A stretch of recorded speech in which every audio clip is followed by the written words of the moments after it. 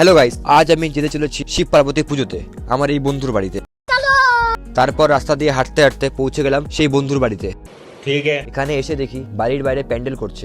আচ্ছা। ঢুকে দেখি প্যান্ডেল অলমোস্ট কমপ্লিট। তারপর এখানে এসে দেখা হয়ে গেল অরদার সাথে, যার কাছে আমি ক্লাস 9 to 12 পর্যন্ত টিউশন পড়েছি, অর্থাৎ আমার টিচার।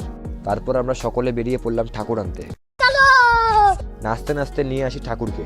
আর এখানে আমাদের একটু আলাদাই জোশ ছিল, দেখতেই পারছো।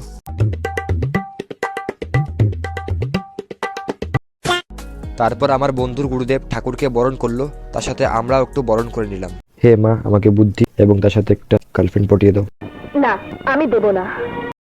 কতদিন আর সিঙ্গেল থাকবো, সরস্বতী পূজা এসে গেল। তারপর আমরা তিলক লাগিয়ে নিলাম। এখানে এসে শুনি যে আমার বন্ধুই নাকি পুজোটা করে, তাই দেখলাম আজ। তারপর যখন পুজোটা স্টার্ট হলো, তখন আমরা শুভদৃষ্টি করতে করতে নাচলাম। আমাদের এই জোশ দেখে একটা লাইক হয়ে যাক। বাই।